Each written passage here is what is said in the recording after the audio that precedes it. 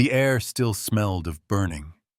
Not fresh, but old, the kind of smoke that clings to a place long after the fire's gone out, seeping into the bones of everything it touched. Logan Granger stood at the edge of what used to be his father's ranch, a blackened ruin framed against the rolling hills of eastern Oregon.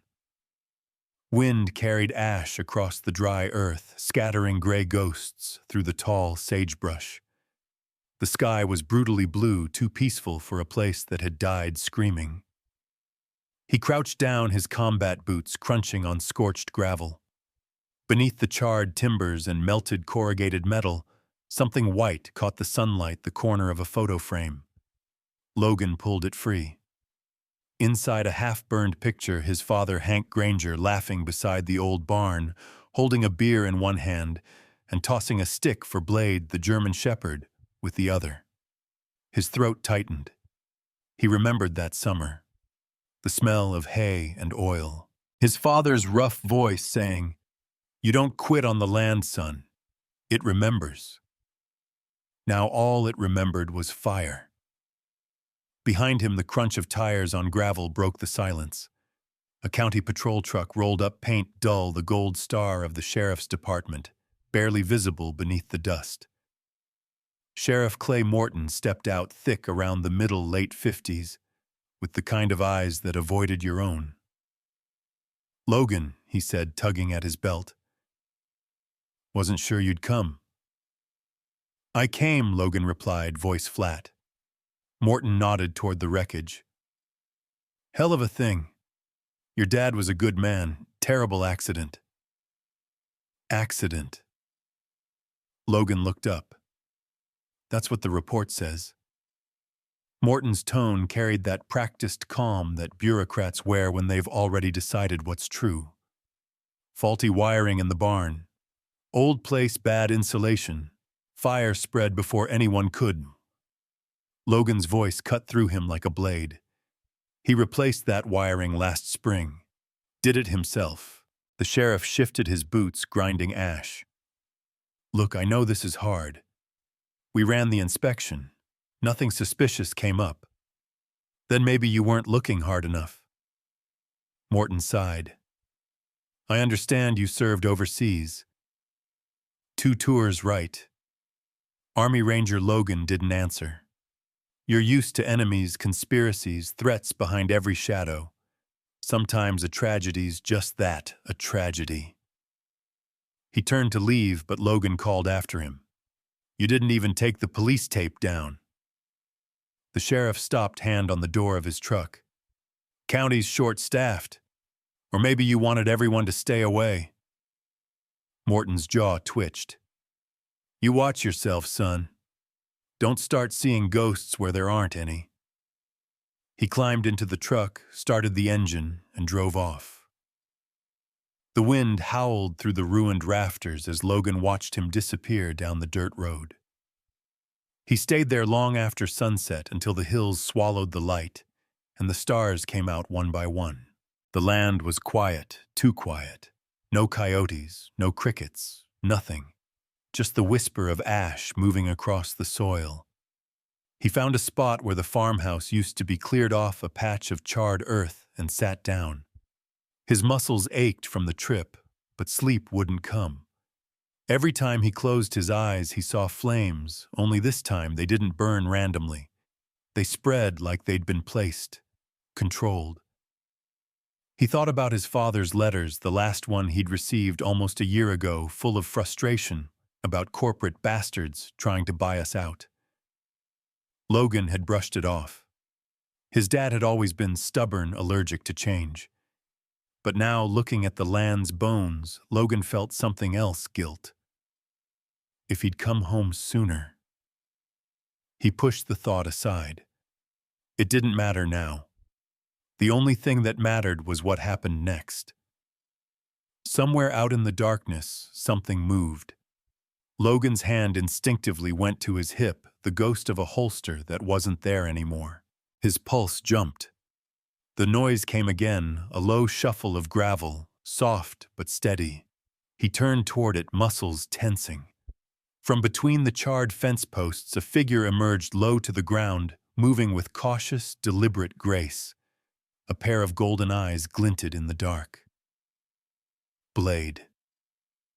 The German shepherd froze mid-step, ears twitching, body taut. Jesus, Logan whispered. The dog was thinner, his coat rougher, but those eyes, he'd know them anywhere.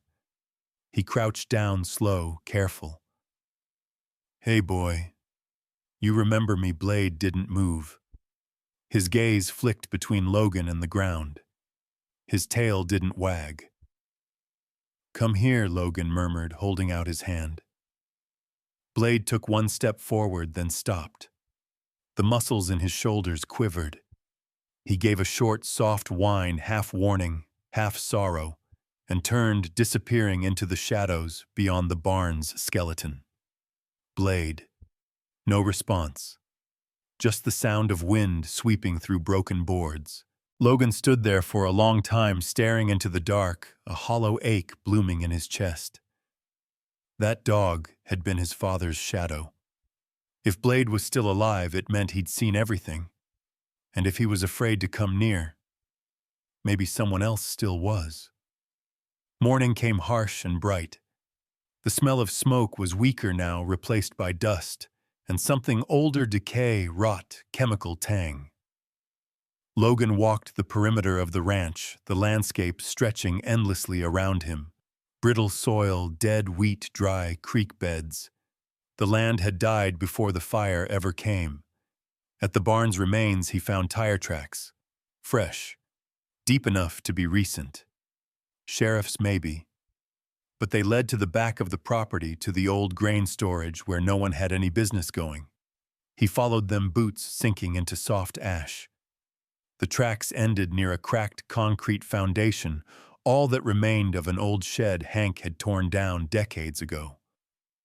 That's when he saw it. Scratches. Deep, uneven claw marks on the cement right in the middle of the slab. He knelt, touching the grooves. They were fresh, the edges still sharp. Blade had been here. But why claw at solid concrete? He stared at the marks, mind racing. They weren't random. They circled a faint, almost invisible seam, a clean line, straight and narrow, running across the foundation. He'd seen cuts like that before, and man-made deliberate. A cold shiver crawled up his spine. He brushed more ash away, revealing the line's full length. His pulse kicked up. It wasn't a crack. It was an outline, a section about 2 feet wide, shaped like a hatch. Beneath it, something was hidden. Logan stood scanning the silent hills around him. No movement. No sound. The sheriff's truck was long gone. The only witness left was the land itself. He turned back to the slab. All right, old man, he whispered, voice low. Let's see what you buried. By late afternoon, he'd scavenged a crowbar and sledgehammer from the metal storage shed, the only structure that hadn't burned. He jammed the crowbar into the seam and struck hard. The concrete groaned, dust puffing out. Again. Again. Sweat burned his eyes, but he didn't stop. Finally, the slab cracked open with a heavy snap. Logan pried it up, muscles screaming, and pushed it aside. Beneath the concrete was a cavity, small, lined with plastic, and packed tight with dirt and straw. And in the center, a fireproof safe. He stared at it, chest heaving. The safe was old, scuffed, but intact. His father's initials, HG, were etched faintly on the corner. Logan wiped his hands, crouched down, and brushed the dirt away. For a moment, all he could hear was the wind through the dead fields and his own heartbeat. Whatever was inside had been meant for him to find. He didn't know it yet. But when he opened that safe, he would dig up more than his father's secrets. He'd dig up a war. Blade didn't move. He stood there, half-shadowed beneath the dying light, ears tilted forward, tail still. Logan lowered the crowbar, slowly crouching again, careful not to spook the dog. "Hey, boy," he said, voice soft. "It's all right now." Blade's ears twitched. His paws shifted on the gravel. He took one cautious step forward, then stopped, head tilting just slightly. Logan held his ground, staying still, letting the silence carry. He remembered what his father used to say, "You don't call Blade. You wait for him to decide." And Blade decided. He padded forward, each step precise until he was inches from Logan. The dog's snout twitched as he sniffed his boot, then Logan's hand. A low, gruff sound rumbled in his throat, not quite a growl, not quite a whine, more like recognition buried beneath grief. Logan rubbed behind Blade's ears. The fur was coarse, a little matted, but warm. Real. He wasn't a ghost. "You made it," Logan murmured. "You damn miracle." Blade leaned into his hand briefly, then pulled back. Without warning, he turned and trotted toward the foundation again, pausing only once to glance back. His eyes didn't say come. They said follow. Logan did. The dog led him back to the cracked slab, to the fireproof safe half buried beneath the lifted concrete.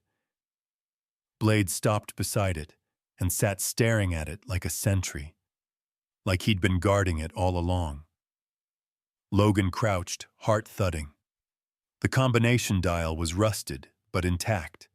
He tested it, unsure whether Hank had used a factory code or some number that only he would know. He tried the last 4 digits of his father's Army ID, nothing. His birthday, nothing. Then, without thinking, he spun the dial to 11/23, Logan's own birthday. A heavy click. He blinked.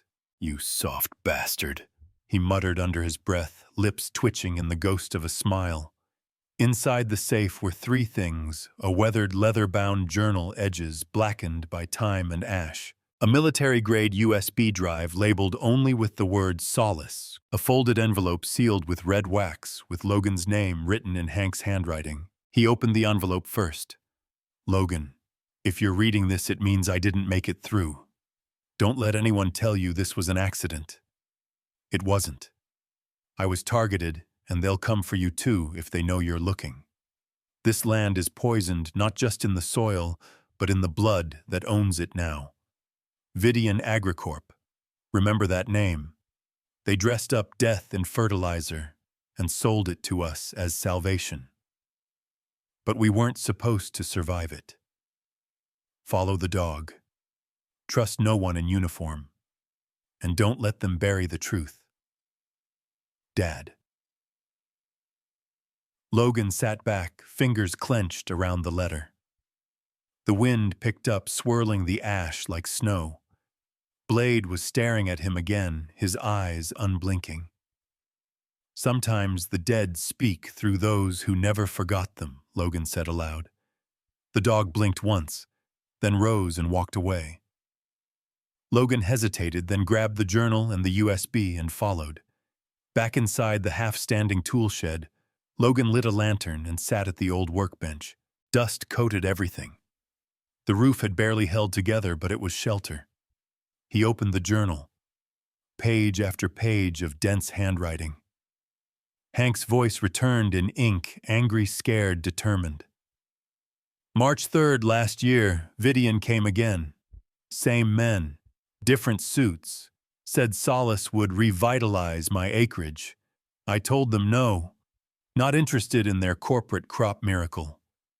Something in their eyes. Cold. They don't care if we say yes. They just want us gone. April 14th, tested runoff water again. Cattle are drinking poison. Spoke to Delaney about legal action.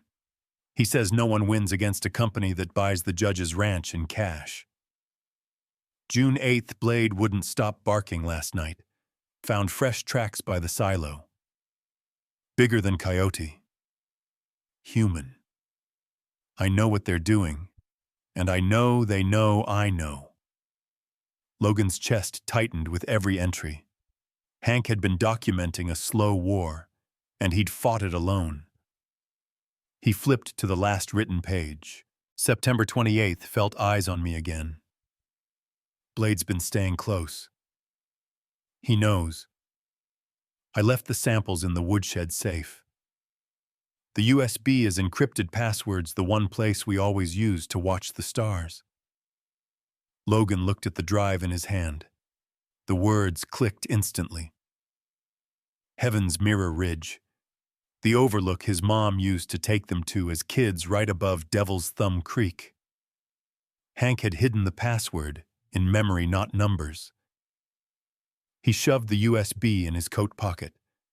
If the data matched what the journal claimed this was, more than just some greedy land grab, it was biowarfare disguised as agriculture.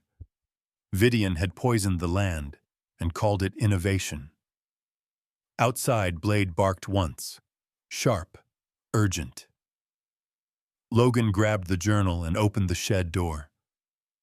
Blade was standing beside a line of fence posts, or what remained of them, facing the hills. His ears were perked, body stiff.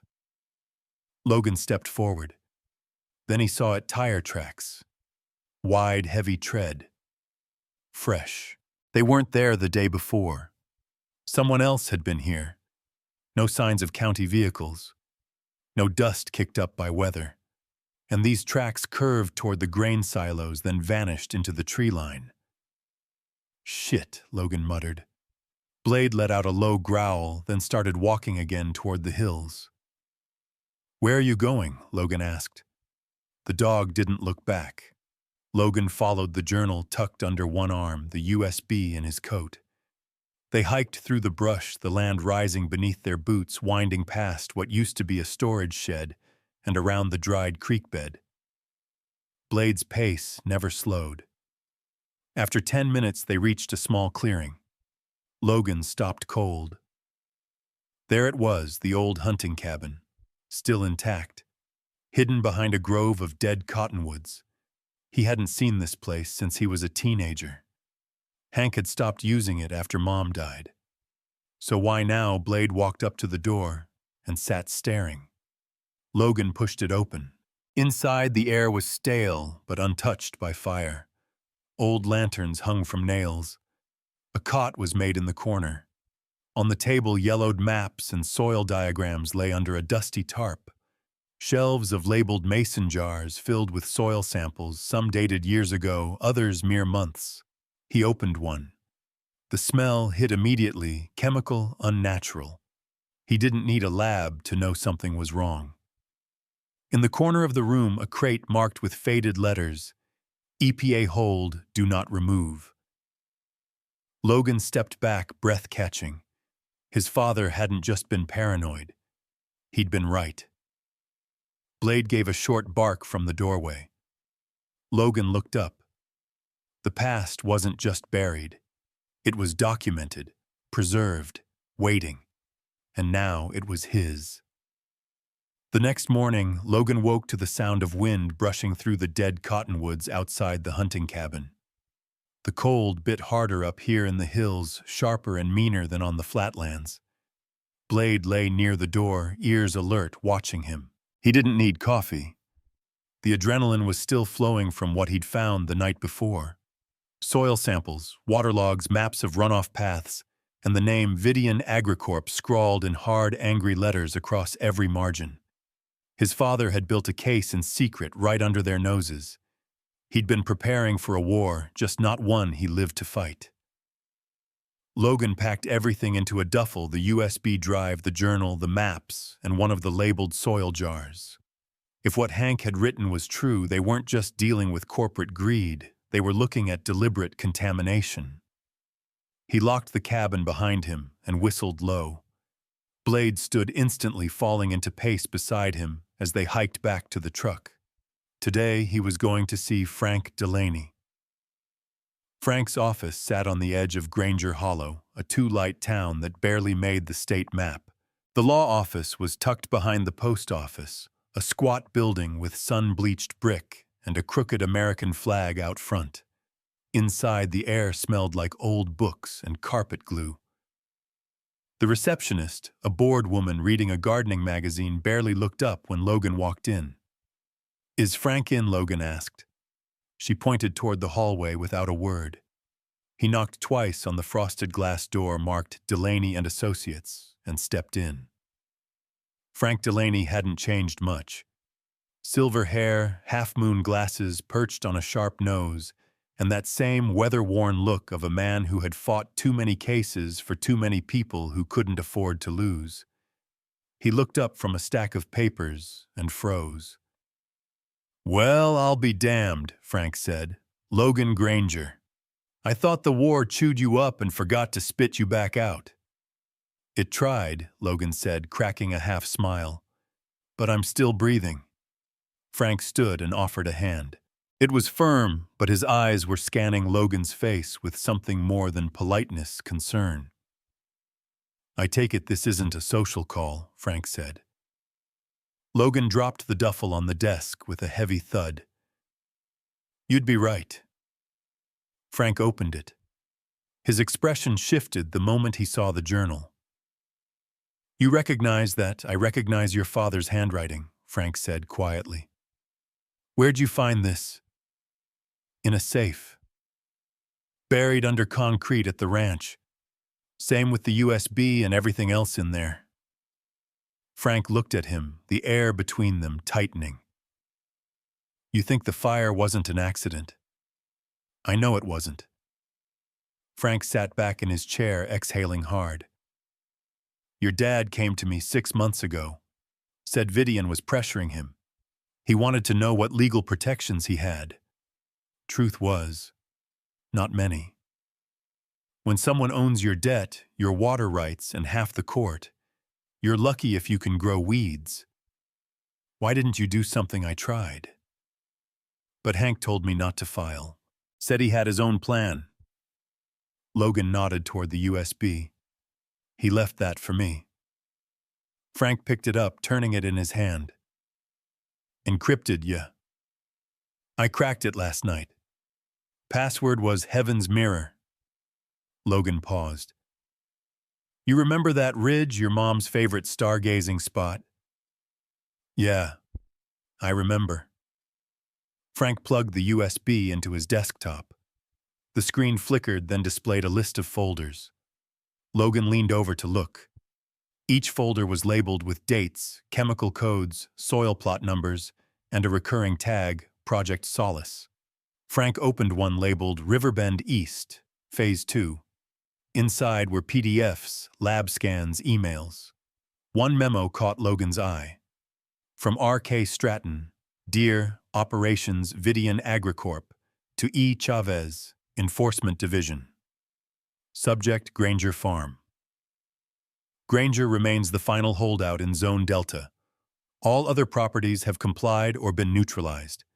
Initiate final phase acquisition protocol. Make it clean. No ties. Frank leaned back, stunned. "Jesus Christ." "They killed him," Logan said quietly. "And they're going to keep killing anyone who fights back." Frank turned to face him fully now, the weight of years settling in his shoulders. "Your father didn't just die. He left you a war." They printed the documents, each one more damning than the last. One email thread showed internal discussions about residual soil toxicity rates, acknowledging they were above federally safe thresholds, but masking the reports in rebranded testing agencies. Another showed a spreadsheet of buyout offers complete with projected foreclosure dates for farmers who refused to accept Solace fertilizer. "This isn't just greed," Logan muttered. "It's orchestration." Frank nodded grimly. "They poison the land, collapse the crops, and then sweep in to buy the farms cheap. Clean on paper. Rotten in truth." They both sat in silence for a moment, the sound of the printer spitting out evidence like gunfire. Finally, Logan said, "I need to find someone who knows how to blow this wide open." "You can't take this to Sheriff Morton," Frank warned. "He's been in Vidian's pocket since before your dad's first gray hair. Hell, the county owes them half its damn budget." Then who, Frank hesitated, then opened his drawer and slid over a yellowed article.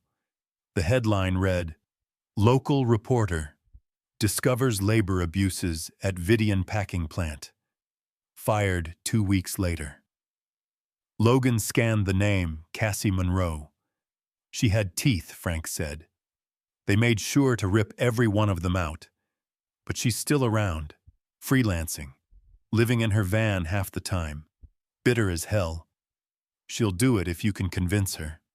But she's not interested in stories that don't bleed. Logan stood collecting the papers and the drive. Oh, this one bleeds. By the time he left the office, the sun had slipped behind the hills, throwing long shadows across the pavement. Blade waited in the truck, watching the street like a sentinel. Logan climbed in and started the engine.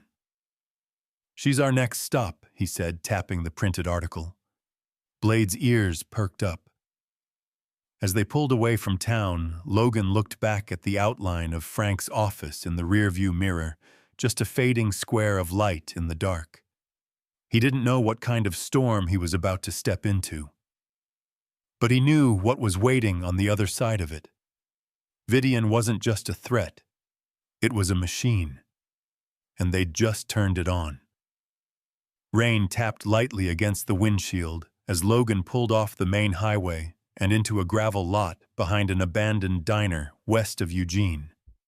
The neon sign above it was half lit and sputtering, flickering the words "Mal's Grill" in broken letters.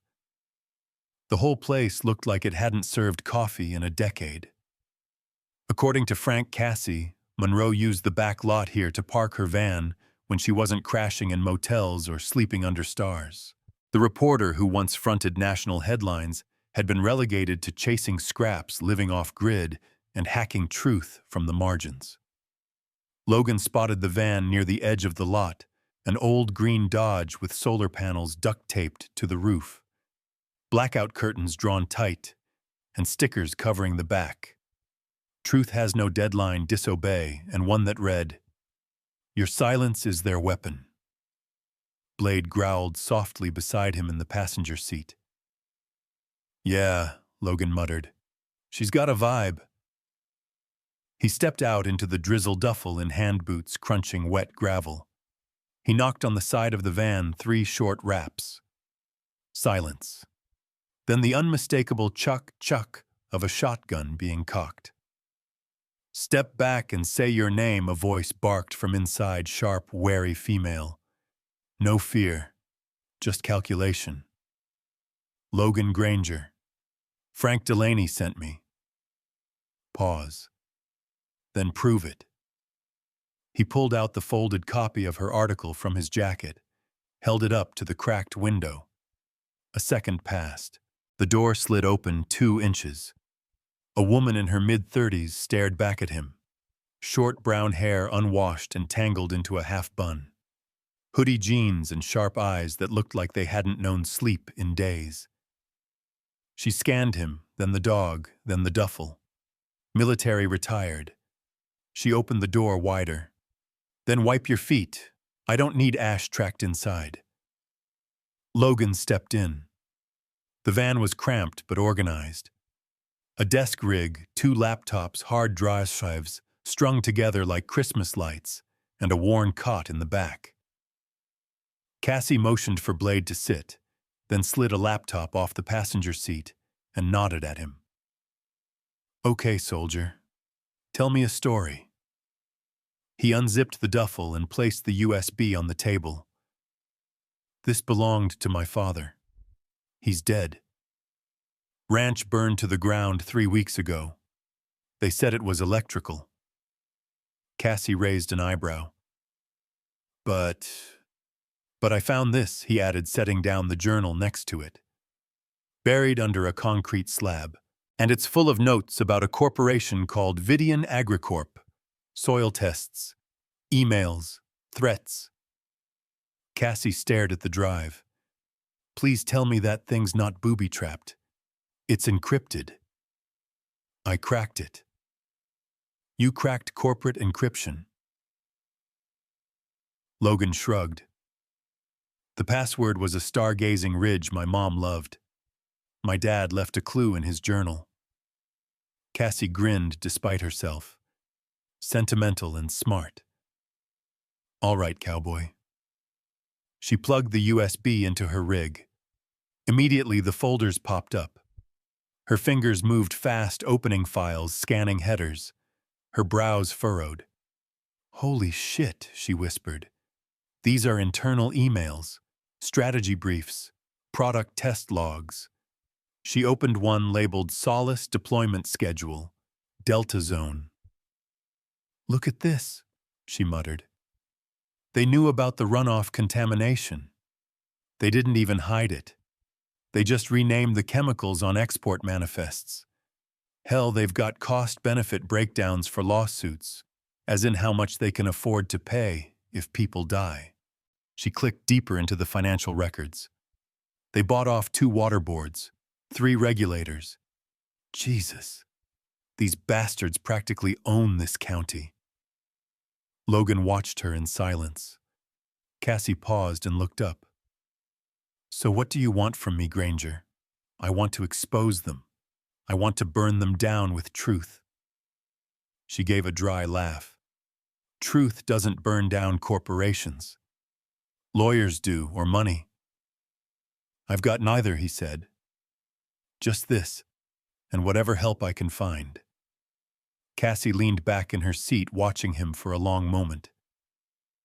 You know they killed your dad, right? Logan nodded. I'm sure of it. You know they could come for you next. Let them try. Another silence. Then she pointed to the soil sample jar. This from your land. Yeah. You need a lab confirmation. Independent, out of state. Otherwise, it's your word against a billion-dollar PR machine. I can get that, Logan said. I've got an old friend at OSU. I just need to get it to him. Cassie swiveled to another monitor, began copying files. I'll pull as much metadata as I can off these logs. IP traces, internal timestamps, server routes. If we can prove these emails came from Vidian's own infrastructure, that's your hammer. Will you help? She stopped typing and looked at him, dead serious. You want to fight? Fine, she said. But I don't do fair fights. Logan gave her a small nod. Neither do I. An hour later, the van was dark except for the blue glow of her screens. Blade lay curled by the door, ears twitching. Cassie pulled out a whiteboard from behind her seat and began sketching timelines, connection webs, document names. They've got 3 local fronts, she explained. One runs through their agri-distribution warehouse north of town. It's where the Solace shipments originate. If you want more evidence, that's the place to hit. What kind of evidence? Uncut chemical samples, transport records, anything that wasn't scrubbed by PR. Logan leaned forward. You're suggesting a break-in. I'm suggesting surveillance. If we get lucky, maybe more. He cracked his knuckles. I can handle that. Cassie gave him a glance. And what happens when Vidian figures out someone's sniffing around again? Logan reached into the duffel and pulled out Hank's old journal. He flipped to the last page, ran his finger across the handwriting, then looked up. Then they'll realize this time, it's not just one man. Cassie stared at him a beat, then nodded slowly.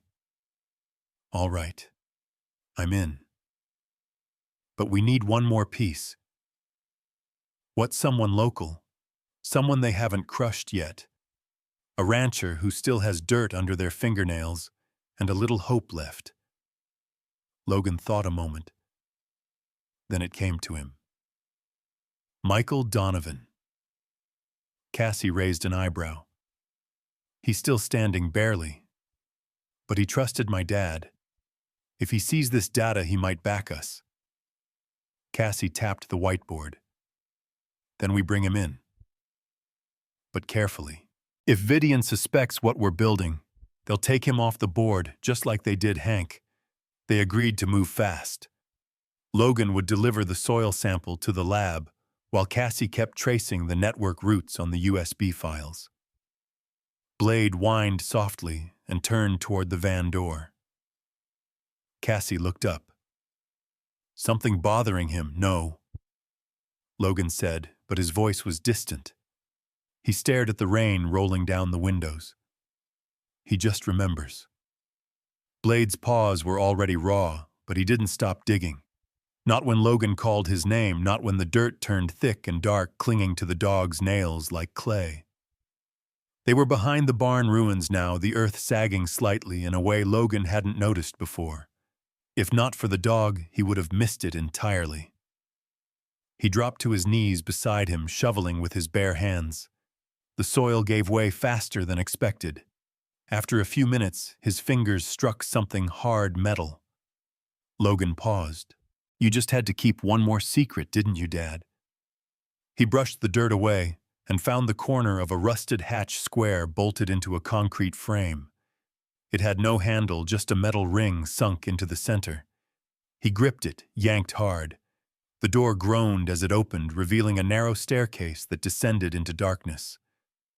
Blade whined softly, backing up. Logan grabbed a flashlight from the truck and shone it down. Cobwebs, stone, the stale scent of dust and earth and something else, something chemical. He didn't hesitate. If Hank had gone to this much trouble to hide something, it wasn't just insurance, it was leverage. The stairs creaked under his boots as he descended, Blade following reluctantly. The flashlight's beam caught the edges of old shelves, sealed crates, and rows of labeled canisters. A workbench stood in the center of the space. On it, a microscope, a set of glass vials, and an old Polaroid photo. A picture of Hank Granger standing beside a young man in a white lab coat. On the back of the photo, scrawled in sharp marker, E. Mallory, OSU Chem Lab, the one who listened. Logan pocketed it. In the far corner of the bunker was a filing cabinet bolted into the concrete.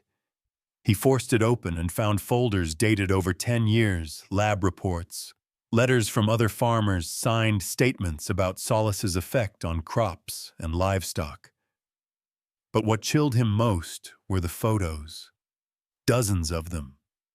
Cows dead in dry fields, children with skin rashes, fish floating belly up in irrigation ditches. The kind of proof you don't show until the last minute when there's no turning back.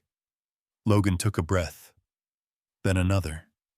His father hadn't just been documenting. He'd been preparing for trial. He looked down at Blade. He knew this would come back to me someday. And he made damn sure I'd have the ammo.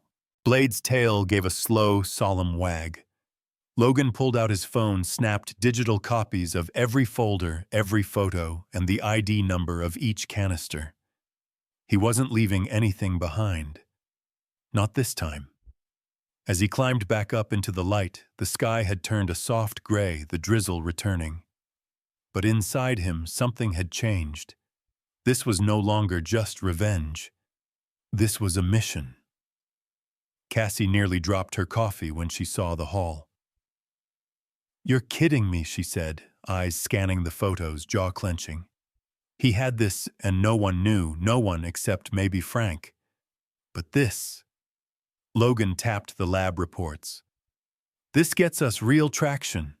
Multiple farmers, environmental evidence, witnesses." Cassie nodded slowly. "This isn't just one guy crying wolf. This is a network. And if even half of these people are still alive, we've got the base of a class action suit. Do you think you can track them down? I can try, but we still need an inside witness. Someone who worked for Vidian. Someone who can testify." Logan pulled out the Polaroid. "This guy worked in the OSU chemistry lab. E. Mallory. He helped Hank test samples." Cassie's eyes lit up. If he's still teaching, he might have more than just test results. He might have chain of custody. "That's admissible. I'll drive out there. It's a few hours. I'll take the sample with me." Cassie nodded. And I'll keep digging. See if I can find out who's running the Delta Zone contract now. The more names we have, the better. Logan zipped up his jacket. Blade was already waiting by the door. Cassie followed him out, leaning against the doorway. You ever think maybe your dad knew exactly how this would unfold? Logan looked toward the hills, then down at the red soil caked on his boots. He wasn't just fighting for the land. He was fighting for legacy. 2 hours later, Logan rolled onto the Oregon State University campus. The science complex looked the same crisp, modern glass, surrounded by old brick towers, ivy crawling up the sides. Inside, the air was sharp with antiseptic and stress. He found Mallory in Lab 3C. Edward Mallory, now in his late 40s, wore a lab coat stained with coffee and graphite. He looked up from a centrifuge with mild irritation, but when Logan introduced himself and mentioned Hank Granger, everything stopped. I remember Hank, Mallory said. Stubborn as a mule. Brilliant, though. Passionate. I told him not to go at it alone. He didn't, Logan said. He had me. He just didn't know it yet. He handed over the soil jar. Can you run this quietly? Mallory nodded. If it's from Hank's land, I already know what I'll find. But I'll get you the official breakdown. I've still got the files from the first batch we did, the ones Vidian said were inconclusive. You kept them. Always make a copy when the people you're fighting have lawyers on retainer. Logan smiled. My kind of scientist. As Mallory began prepping the tests, Logan stepped outside and called Cassie. Mallory's in. He's running it now. Cassie's voice crackled on the line. Good. Because I've got something too. You're not going to believe this, but one of the contractors working security at Vidian's silo former army, a guy named Benjamin Cross. Sound familiar? Logan froze. Cross, you serious? You know him. We served together in Kandahar. He saved my life once. Well, if he's working security for the enemy, maybe it's time to call in that favor. Logan stared out across the quad, the wind pulling at the flags overhead. His heart was thudding harder now, not out of fear, but clarity. Then that's the next move. That night back at the cabin, Logan spread everything they had onto the table. Soil reports, digital files, printed photos, the journal. Blade sat at his feet, ever watchful. Cassie was still working from the van, sending over names of farmers, environmental researchers, even a documentary filmmaker who'd once tried to go after Vidian and mysteriously disappeared off the circuit. Each piece was falling into place. But the next piece was the riskiest, yet reaching out to Benjamin Cross. If he was compromised, Logan would be walking into a trap. But if not, he could be the inside man they needed to bring it all down. He stared at the last photo of his father on the wall, laughing hand on Blade's head, son behind them both. You knew I'd need people, Logan whispered. You knew I couldn't do this alone. Blade looked up at him and whined a low, knowing sound. Logan nodded. Then he picked up the phone and dialed a number he hadn't used in years. Got it. From now on, I'll write the full chapter content directly in this chat box, not in the separate document window. Now let's continue. The motel Logan picked for the meeting was a run-down joint off Highway 22, the kind of place no one asked questions because no one wanted answers. The vacancy sign blinked red like a tired eye, and the parking lot was empty except for his truck tucked behind a wall of overgrown hedges. Room 16 smelled like stale smoke and forgotten promises. Logan kept the lights off, blinds cracked just enough to watch the lot. Blade sat by the door, alert muscles tight, tail still. He was expecting Benjamin Cross. At 9:07 p.m., there were 3 knocks sharp, precise, not friendly. Logan cracked the door and peered through. Cross stood there in a black hoodie and a leather jacket, face older, but still carved with that no-bullshit energy. His eyes scanned the room behind Logan before stepping in. "You look like hell," Cross muttered. Logan smirked. "Appreciate the concern." Blade gave a soft growl, then recognition. Cross nodded. "Still ugly, huh? Still alive," Logan said. "Which means we got work to do." Cross sat on the edge of the bed, his boots tracking in a layer of road dust. Logan pulled the USB from his pocket and slid it across the table. "What's this?" "Everything my dad died for." Cross plugged the USB into his laptop. Brows narrowing as folder after folder loaded test results, internal Vidian memos, soil, toxicity levels, buyout logs, names. So many names. He whistled low. "Jesus, this is damning." Logan leaned forward. "You said you worked their security." "Delta Zone perimeter, right," Cross nodded. "Mostly silence cameras and off-site backups. But I've seen the shipments containers with hazmat stickers rerouted manifests. I thought maybe they were hiding poor handling, maybe dumping. I didn't think it was this." "It's worse than it looks," Logan said. "They've got falsified data, buried regulators, even radiation markers in the silo." Cross's eyes snapped up.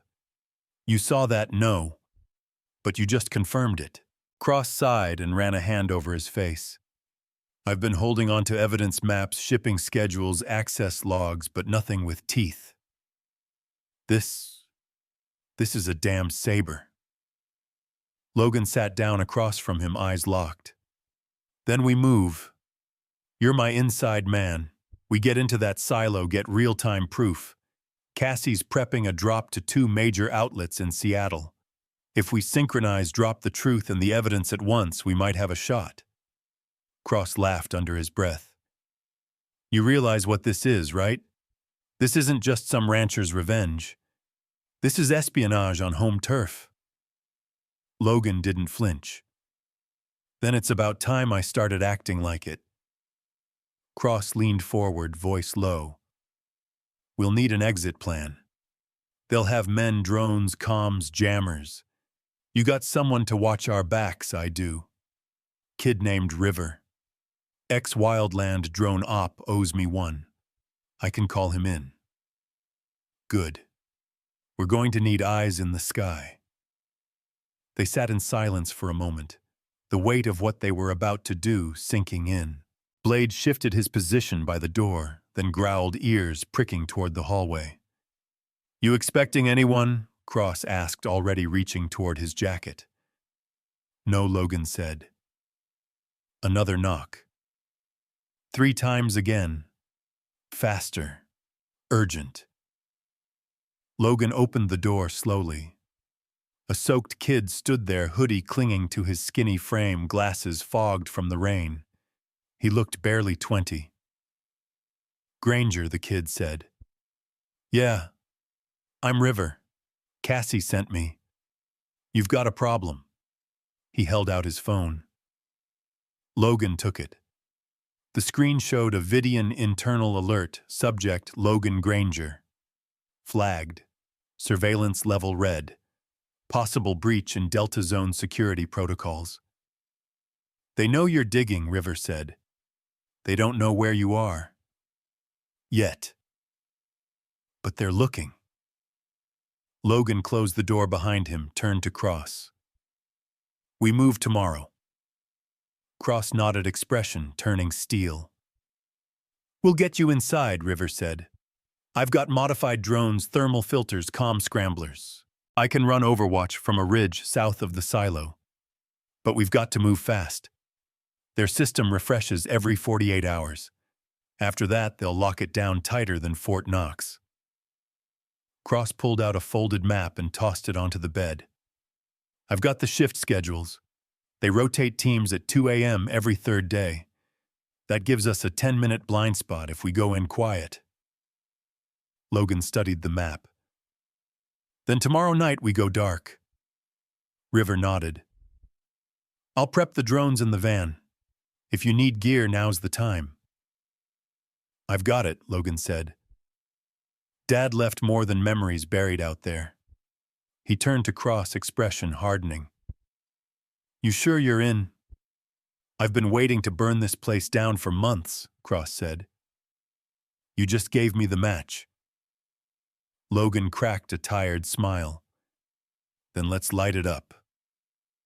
Blade barked once, sharp and low. River moved to the corner, setting up his portable rig, while Cross began copying files and highlighting their entry route. Outside, the rain stopped. Inside, the war was about to begin. The wind howled across the ridge as midnight settled over the Delta Zone. Clouds hung low and thick, snuffing out the moonlight. Beneath the dark sky, the Vidian Agricorp facility loomed like a sleeping beast, silent, hulking, and alive with secrets. In a ravine a mile to the south, Logan crouched beside Cross and River, overlooking the perimeter through a thermal lens. The world was a palette of grays and heat signatures. 4 guards patrolled the northeast tower. 2 drones circled the outer fence line. Everything else was dark. We stick to the blind zones, Cross whispered, tapping the map laid out on a metal case. They rotate guards at exactly 2 a.m. That gives us a window 10 minutes from when the North unit swaps shifts to when the drones reboot their route cycle. Logan checked his watch. We move in 3. River sat cross-legged beside them, fingers flying across his tablet. Drones are synced.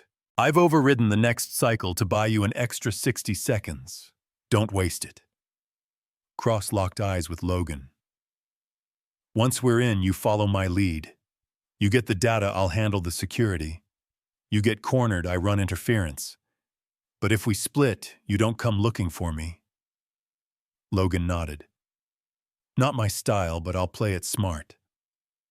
Cross narrowed his eyes. This ain't a battlefield, man. It's worse. These bastards don't play by any rules. Logan adjusted his pack and whispered, Let's write some new ones. Blade stayed behind with River, watching the tree line, as if he could sense what was coming. Logan touched the dog's head briefly before slipping into the brush. At exactly 2:01 a.m., the guards at the northeast tower vanished from the thermal screen. River clicked into the comms. You're green. Go. Logan and Cross sprinted down the slope, low and fast, weaving between shadows. They reached the back fence and dropped to their stomachs. Cross pulled out a thermal cutter, slicing through the chain silently. Inside, they moved like ghosts. Logan's breath was steady, honed from years of stealth movement through worse terrain. But this wasn't war. This was something colder. Something that stank of chemicals and lies. They entered through a maintenance hatch Cross had unlocked weeks ago. Inside, the air was humid and smelled faintly of copper and bleach. Pipes hissed above them. South wing, lower storage, Cross whispered. That's where they keep the real stuff. They crept through narrow corridors lit only by emergency strips. No security cameras here. Vidian trusted their perimeter. A mistake they'd regret. They reached a steel door marked Biochem Storage. Authorized personnel only. Cross slid his keycard. The lock buzzed. They stepped inside. Rows of canisters lined the shelves labeled with strings of alphanumerics. Logan snapped photos one by one. Cross moved to a terminal and plugged in a drive. Pulling shipment manifests, Cross muttered. This tells us where the chemicals are going, who's buying, who's covering it up. Logan moved deeper, pausing at a locked cabinet. He picked it open with a multi-tool. Inside vials. Fluorescent green fluid in glass tubes. Cassie's analysis had mentioned this, the final Solace variant. He snapped photos, slid one vial into a padded container, then turned back. A sudden hiss stopped him cold. Cross froze. What was that? The overhead lights flickered. Then a voice over the intercom. Cold. Measured. Intrusion detected. Delta Wing lockdown initiated. Shit, Cross spat. They've got a pressure sensor in here. I didn't account for that. Klaxons began to wail. River's voice cracked through their earpieces. They're scrambling teams. 3 SUVs inbound. If you don't move now, you're buried. Logan's pulse spiked. Exit plan Ross. Yanked the drive from the terminal. Maintenance shaft. East wall. They ran. Behind them, steel doors slammed shut one by one. Logan slid through the shaft just before a gate dropped. Cross followed. The tunnel sloped upward toward the perimeter, but footsteps echoed behind them. Armed. Heavy. Their clothes, Cross growled. You got that vial? Logan nodded. Good. Then you run. No. This is what I do, Granger. You've got the evidence. You're the one who can use it. Me, I'm expendable. Logan's jaw clenched. We both go. But Cross shoved him forward hard. You don't get to be the hero this time. You already are. Go. Then he turned and disappeared into the shadows. Logan cursed under his breath, sprinting the last stretch of tunnel. He burst through a grate near the fence line. River was already there, drones buzzing overhead, Blade barking. Where's Cross? River shouted. Gone, Logan said breathlessly. He bought us the window. Sirens wailed behind them. They dove into the van. River slammed the gas. Blade leapt into the back. As they tore down this dirt road, Logan opened his bag, stared at the drive, the photos, the vial. It was all there. Everything they needed. But the cost was high. River's eyes flicked to the rear view. We clear. For now, Logan said. He opened the comms. Cassie, we've got it. Get ready to go nuclear. Cassie's voice came back sharp and fast. Already uploading. Timing is everything. The moment we go public, Vidian will panic. We need a second wave, lawsuits, exposure, interviews. All of it. Logan looked out at the black road ahead. No more shadows, he said. We do this in the light. The screen flickered with static, then steadied grainy black and white footage from a chest-mounted camera still strapped to Benjamin Cross. The timestamp in the corner confirmed it. He was alive. Still inside Vidian's silo. Still moving. Logan stared at the feed in stunned silence as River adjusted the signal receiver in the back of Cassie's van. The interior glowed blue from the display monitors. A map pulsed with their GPS coordinates. Cassie's fingers flew across her laptop keyboard, launching mirrored uploads of the files to offshore servers. You said he was dead, she snapped. I said he was gone, Logan muttered. I never said he'd quit. Cross's voice crackled through the weak mic feed. They think I bailed with the intruder.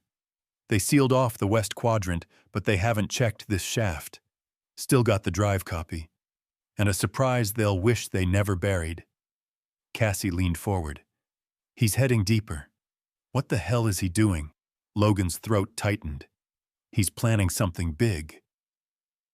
Cassie turned eyes sharp. Too big. We already have the evidence. If he gets caught now, he's not just after exposure, Logan said, voice low. He wants to cripple them from the inside. River adjusted the feed again. Signals bouncing. We'll lose him if he goes any further underground. On screen, Cross moved through a narrow corridor lined with old conduits and rusted pressure valves. His breathing was steady, his hands firm. Whatever he was walking into, he knew the stakes. He whispered, If this is how I go, so be it. I swore I'd never let them bury another lie. Not while I was breathing. Logan clenched his fists. We need to pull him out. You can't, River said. If you re-enter that facility now, you'll trigger the full lockdown. And then all of this was for nothing. Cassie tapped the screen. Look. Right there, he's nearing sub-level C. That's where the original Solace tests were developed. Hank mentioned it in his journal. The labs, the waste vaults. They moved the prototypes down there. Cross isn't just hiding, Logan realized. He's going to blow it wide open. The feed showed him planting a small device on a junction box, an EMP charge. Cassie swore. That'll fry the internal network. No backups. No data left behind. River looked uneasy. It'll also fry him if he doesn't get out in time. Logan stood grabbing his jacket. I'm going back in. Cassie blocked the door. You do that, and it's both of you gone. Let him finish what he started. He saved my life once. I'm not letting him burn alone. Cassie stepped aside but grabbed his wrist. Then make it count. Logan nodded, locked eyes with River. If the signal dies, release the rest. Full dump.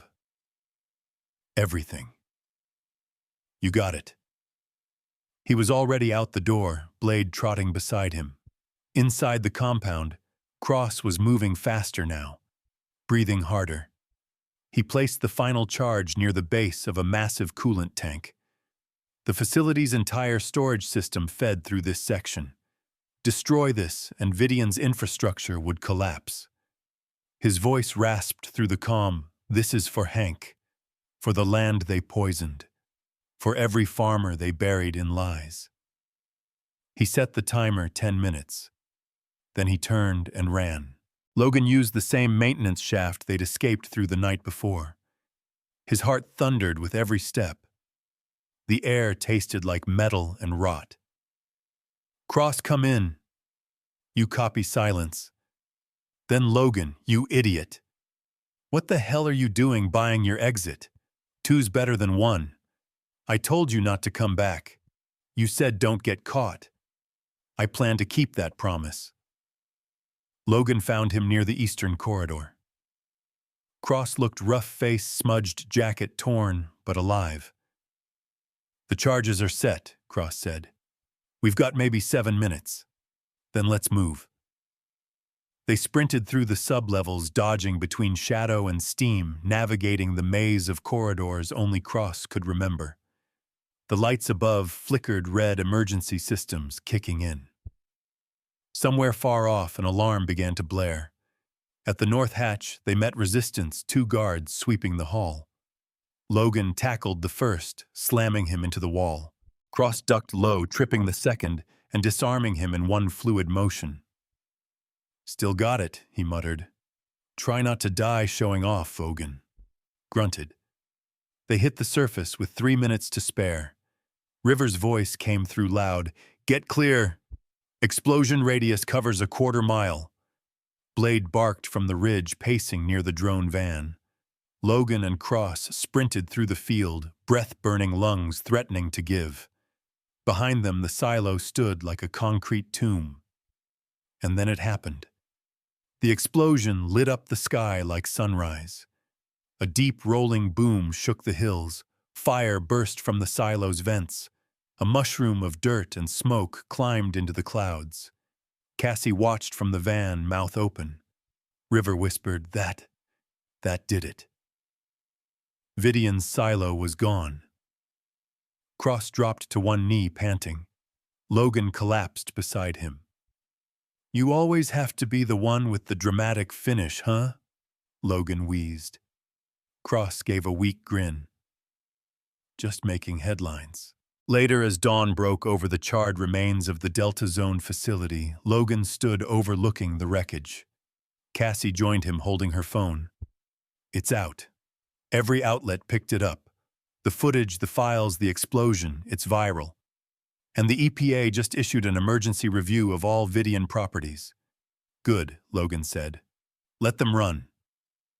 Cross stepped beside them, arms folded. They'll regroup. Companies like this don't die quietly. Logan nodded. Then we don't stop either. Cassie looked between them. You realize what we've done, right? This isn't just local anymore. It's national. Congressional. Logan looked back at the smoke curling into the sky. Let it be, he said. Let them see what happens when people fight back. Rain tapped softly on the roof of Cassie's van as Logan stared at the decrypted Vidian archive. The explosion at the Delta Zone silo had ignited a national firestorm, news crews, federal investigators, legal teams. But buried deep in the metadata of Vidian's surviving off-site server now decrypted, thanks to River's relentless coding, was a single string that wouldn't let go. Project Revenant, access level black tier, overseen by Dr. Harlan Wexler. Logan didn't recognize the name, but something about the project's name chilled him. Revenant. It meant something that returns from the dead. Cassie leaned over his shoulder, arms crossed. They scrubbed every mention of this guy from the corporate directories. No LinkedIn, no academic records. It's like he doesn't exist. He exists, Logan said. They just buried him deeper than the rest. Then we dig him up, she replied. Cross stood in the back of the van, drying off his jacket. His shoulder still ached from the escape, but his eyes were locked on the file. I've heard whispers, he said. Wexler was a research lead back before Vidian bought out the biotech firms in the 90s. Quiet genius type, specialized in agricultural mutation and soil re-engineering. The kind of science that gets you either a Nobel or a war crimes tribunal. Logan narrowed his eyes. If this guy's still around, he might be the brain behind Solace. He's more than that, Cassie said. She tapped another decrypted file. He created the compound, the version they used in Delta Zone. It was a prototype. The final strain, Solace Red, was classified under Revenant. Logan clicked through several redacted pages. There, tucked in a shipment report, was a location, Trinity Bluffs Research Annex, decommissioned, a private site listed as sold off years ago. But the metadata showed recent updates, power consumption, courier entries, security logs. He's still working, Logan said quietly. Off the grid, off the books. Cassie leaned in. If he's there, he's the last thread left. Pull it and the whole web unravels. Cross nodded. But if we go quiet. This won't be like the silo. No explosions. No broadcast. This is recon. Logan looked out the fogged window, rain drizzling across the glass. You don't cage a monster like Wexler unless you're afraid of what he knows, or what he might say. Cassie met his eyes. Then we don't knock. We break in, take what we need, and get out before they even know we were there. Logan zipped up his pack. Then let's end this where it began. Trinity Bluffs was 3 hours south, nestled in a dry canyon outside of San Pedro. The terrain was harder, more rugged, with only one winding road in and out. They parked a mile off and hiked the rest under cover of Nightblade leading the way. From a distance, the annex looked abandoned, chain-link fencing, torn security booth rusted out. But through Logan's thermal scope, the truth emerged: heat signatures in the east wing. 2 armed guards, 1 camera panning at regular intervals, and most importantly, power. Place is running like a ghost town, Cross muttered. All dead outside, alive inside. They breached the fence near the southwest edge and crept along the old irrigation ditch toward a shattered greenhouse. Cassie used a device to disrupt camera feeds for 20 seconds, a trick River had rigged from a hacked baby monitor. Inside, the annex smelled of dust, ammonia, and something chemical beneath the surface. Faint lights flickered in distant corridors. Logan kept his steps, silent eyes sweeping each shadow. Cassie tapped her earpiece. Server room should be under the West Lab. If he's logging anything, it's there. They moved in formation, cross up front, Logan covering the rear. They bypassed 2 security doors using stolen admin codes and made it to the server bank. Cassie plugged in a mini-rig and began copying files. Cross stood guard by the door. 5 minutes. Then we ghost. As Cassie worked, Logan noticed a pattern in the files being transferred. Subject logs, timestamps, video, thumbnails. He clicked one. A grainy video played. A man, thin, balding gray lab coat stood over a test field. Rows of corn stretched across an indoor lab. He spoke into the camera with eerie calm. Solace Red's response to gamma-bonded nutrient disruption exceeds projections. Soil memory retains chemical patterns post-incineration. This is more than crop enhancement. It is evolution by force. Logan froze. He's not just engineering crops. He's building something that survives destruction. Cassie nodded. That's why the land never healed. The soil itself was changed, rewritten. Another video played. Wexler again. This time in front of a glass cell. Inside, a pig lay twitching on chemically treated hay. Subject 14. Neurological degradation reached 70% within 48 hours. Water contamination proved more efficient than direct exposure. No survivors expected past 72 hours. Logan's stomach turned. They tested on animals. Maybe people. Cassie's voice cracked. I found shipment manifests. One went to an unregistered site in Mexico. Another to a private prison in West Texas. Cross stepped forward. We're not just looking at corporate sabotage. This is biowarfare testing under a corporate banner. A door creaked down the hall. Cassie yanked the drive. We're done. They moved fast, retracing their steps, but a figure stood at the corridor's end. Dr. Harlan Wexler. Older than in the videos, his body thinner, but his eyes cold, sharp, calculating, cut through the gloom. You've stolen from me, he said, voice dry as bone. You don't understand what you're holding. Logan stepped forward. We understand enough. Wexler smiled faintly. You've seen the sickness, but not the cure. Solace wasn't destruction. It was preparation. For what Logan snapped. Wexler tilted his head. For what comes next? A security alarm blared overhead. Wexler pressed something on a remote. Doors began locking one by one. We're not done, he said. You'll see. But before he could seal them in, Cross fired a warning shot that shattered the lights above. Chaos erupted. Logan and Cassie sprinted for the exit as Cross dragged an overturned table to block the hallway. They made it outside just as a drone buzzed overhead. Rivers' voice crackled over the comms. Extraction ready. You've got 1 shot, coordinates are live. They ran for the Rendezvous Lungs burning file drive secured in Cassie's vest. Back in the van, speeding away down a dirt trail, Logan looked down at the last image frozen on the stolen footage. A new label across a barrel. Solace Red Genesis Strain. Cassie whispered. This wasn't about fixing crops or controlling farmers. Cross nodded grimly. It was about starting over.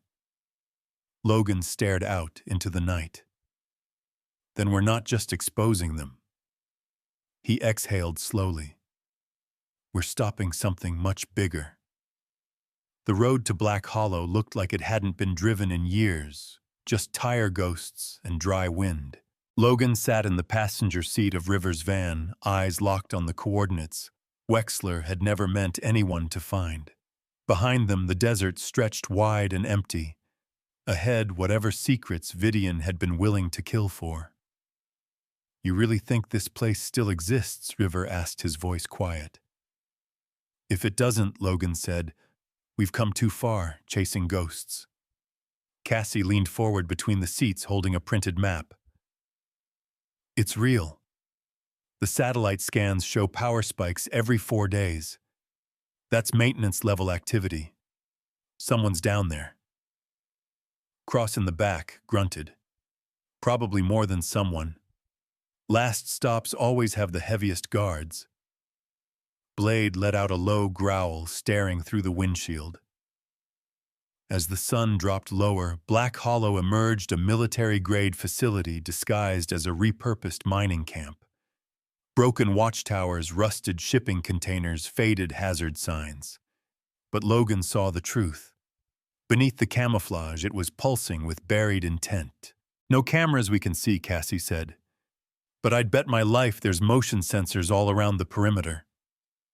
Cross adjusted his rifle scope. I count 6 guards, 2 roving drones. Look at the pattern, they're protecting something in the center. That prefab dome. That's your monster's lair. River turned to Logan. You still sure about this? Logan's jaw clenched. I've never been more sure of anything in my life. They set up camp a mile back. Cassie pulled up blueprints, what little was scraped from old federal archives. There's an old mining tunnel leading into the lower levels. It was sealed off years ago, but it's our best shot. Night fell like a curtain. The wind picked up, scattering dust across the barren basin. Logan sat outside the van, staring at the stars. He thought of his father, the scorched ranch, the buried journals, the lies that had taken everything from them. Then he whispered the line that would guide them all forward. If the world doesn't want the truth, we'll carve it into the dirt. They moved out at 0300 hours. Silent. Focused. Cross took point through the dry wash, with River managing signal jammers to keep their movements invisible. Cassie held the blueprint and led them to the tunnel's false entrance. A rock slide had covered most of it, but a narrow crevice still remained. Inside, the air was stale, metallic, full of the kind of silence only found where secrets rot. They emerged deep beneath the compound. No alarms, no patrols, just white walls, stainless steel, and the smell of bleach and old soil. This is it, Cassie whispered, her voice bouncing off the tile. This is where they finished, Solace read. They reached a sealed lab chamber. Inside were racks of cylindrical containers, each labeled Genesis Strain, GSTRNR, L4 Biohazard. Cassie's hands trembled as she filmed. This is proof, enough to bury Vidian in court, and maybe the history books. Logan opened a containment drawer and lifted a vial. It shimmered faintly red, like poison dressed in lipstick. This is the final version, he said. They weren't done with Solace. They were perfecting it.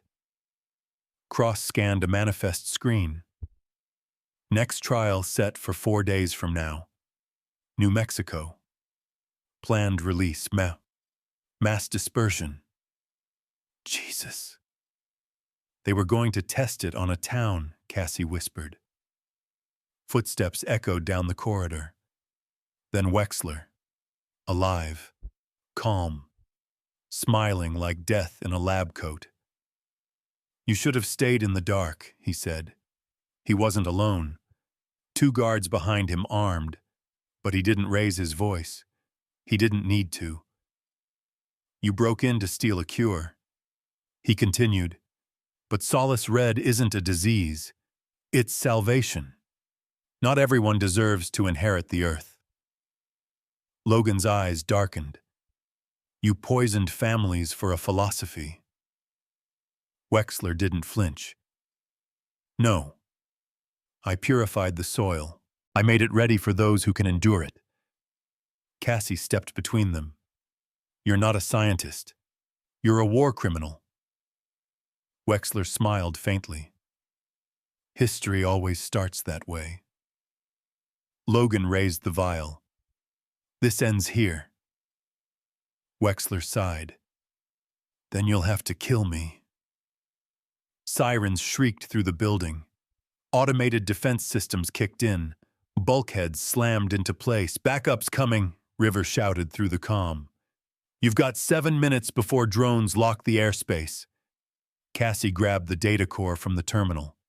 We need an exit now, cross-checked the map. Service elevator north wing. If it's not sealed, it'll get you to the ATV bay. Logan shoved the vial into Cassie's pack. You take it and run, you and River. Cross and I will hold them off.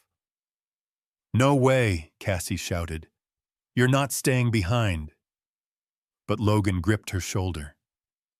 The truth gets out, or all this was for nothing. Don't argue. She stared at him, then nodded. Don't die, cowboy. Cross handed her a flash drive. Use this. When it hits the net, it'll fry their private servers. Make sure they choke on the silence. Cassie ran. River waited at the tunnel mouth quadcopter already in the air. The moment she appeared, they vanished into the desert. Logan and Cross turned to face the sound of boots and rifles. Wexler's voice came again, taunting from overhead speakers. You can't stop what's already begun. Logan raised his gun. Then we'll make sure you don't finish it. They held the line. Long enough. As dawn lit the canyon, Cassie and River streamed the evidence to global news outlets. Every file, every video, every buried secret. At Black Hollow, smoke rose like a signal to the world. Vidian had gone too far, and now the reckoning had begun. The fallout hit faster than anyone expected. Within 12 hours of the Black Hollow data leak, major media outlets were broadcasting non-stop coverage. Footage of Solace Red, the Genesis strain containers, Wexler's voice cold and clinical describing evolution through purification. The nation was on fire. Congress opened emergency hearings. The Department of Defense issued a full investigation. Vidian's stock plummeted 42% in a single day. But no press release could erase what had been seen. Cassie stood in the back of a makeshift press room in Phoenix, watching it all unfold on muted TVs. Her face was pale, eyes hollow. She hadn't slept since the raid. River sat next to her, managing a flood of downloads. Thousands of documents were still being released to the public via mirrored servers. But no amount of exposure could fill the space left by Logan and Cross. They hadn't made it out. Or so she thought. Cassie tightened her grip on the flash drive still in her pocket. Every file, every document, they'd risked their lives for this. And now she had to finish what they started. River finally broke the silence. We blew the doors open. But I don't think we hit the heart. She looked at him. What do you mean? River turned the laptop toward her. This message came in through a dead channel. Only someone on the inside could have used it. They're not done. They never were. If you want to finish this, come to Denver. Find what they buried. Cassie read it 3 times. Trap, she asked. Maybe River said. Or maybe it's the last breadcrumb we need. Cassie stood slowly. Then we follow it. Denver, Colorado. The contact's name was Rachel Munoz, a former Vidian executive who'd vanished 5 years ago after blowing the whistle on a failed pesticide program. They met in a shuttered botanical garden west of the city, under glass ceilings cracked by time and weather. Rachel's hair had gone mostly gray. Her eyes were sharp, but tired in a way that didn't come from age, it came from guilt. I saw the news, she said as they approached. What you did. What you exposed. Cassie kept her voice calm. It wasn't enough. Rachel nodded. Because what you found was just Solace Red, a prototype. Cassie froze. There's more. Rachel pulled a small black flash drive from her coat. It's called Project Echelon, designed for waterborne dispersal. Unlike Solace, it doesn't need direct soil contact. One treatment can contaminate an entire watershed. And it doesn't die. It adapts. River leaned forward. Where is it? They moved it off-grid. Northern Alaska. A compound near Valdez disguised as a climate research center. It's secured by private military. Unofficial. Undocumented. Cassie took the flash drive. Why are you giving this to us? Rachel's gaze dropped. Because my brother died from the first strain. He worked at Delta Zone. And because I'm tired of being afraid. Cassie nodded slowly. Then we end it. All of it. That night, Cassie held a press conference on the steps of the Colorado State Capitol. The world watched, waiting to see what came next. She stepped to the podium and said Vidian wanted silence. So now we'll make the noise loud enough to bring down every wall they built. No more hiding. No more leaks. She was going straight at the heart. Meanwhile, 500 miles away under the broken husk of Black Hollow, Logan Granger opened his eyes. Pain hit him first. His ribs, his shoulder, his lungs like crushed paper. Then he heard a voice. You're awake. That's a damn miracle. Cross sat beside him, one arm in a sling, dried blood crusted on his temple. Logan blinked. Where are we? Cross handed him a bottle of water. Some ghost from the agency days. Pulled us out before the drones did a sweep. We've been off-grid. Medics patched you up just enough. Logan tried to sit up. Cassie. Still fighting. Still alive. Logan exhaled hard. We finished this. Cross smirked. Damn right we do. Back in the air, Cassie and River took a charter plane bound for Alaska. River had cracked into Rachel's files. The plans were worse than they imagined. The new compound was preparing for a live test. Not just on soil on a populated area downstream. They're calling it Genesis Final, River said. Once it's in the water, it's irreversible. They plan to disperse into 3 rivers connected to small towns. Collateral damage disguised as climate testing. Cassie stared out the window. Then we stop it before it begins. River looked at her carefully. You sure you're ready for this? Cassie didn't blink. I was ready when they burned his ranch to the ground. This is justice now. Somewhere outside Fairbanks, deep in snow country, Logan and Cross stepped onto a frozen airstrip. An old cargo plane waited. Their contact handed Logan a burner phone. He dialed a number. Cassie's voice answered on the 3rd ring. Logan, yeah, he said. I'm not done yet. Silence. Then we're going to Alaska. To end it. Logan grinned. Save me a seat. Snow lashed against the windshield as the cargo plane touched down on the icy strip outside Valdez, Alaska. The wind howled like a wounded beast across the desolate landscape. Logan stepped off the plane first, his boots crunching into the frozen dirt, eyes hard. Behind him, Cross followed, still limping, still bruised, but very much alive. Cassie and River were already there, waiting by a rented snowcat with its engine idling. When Cassie saw Logan, she froze. Then she ran. Logan caught her in a tight hug, neither saying a word for several seconds. Only the cold wind spoke for them. I thought she began. I know, he said softly. But we're here now. Let's finish it. River handed over the final set of blueprints. The Valdez facility is buried beneath the glacier. Vidian labeled it a cryogenics research site. In truth, it's where they've been incubating Genesis Final. Cross exhaled.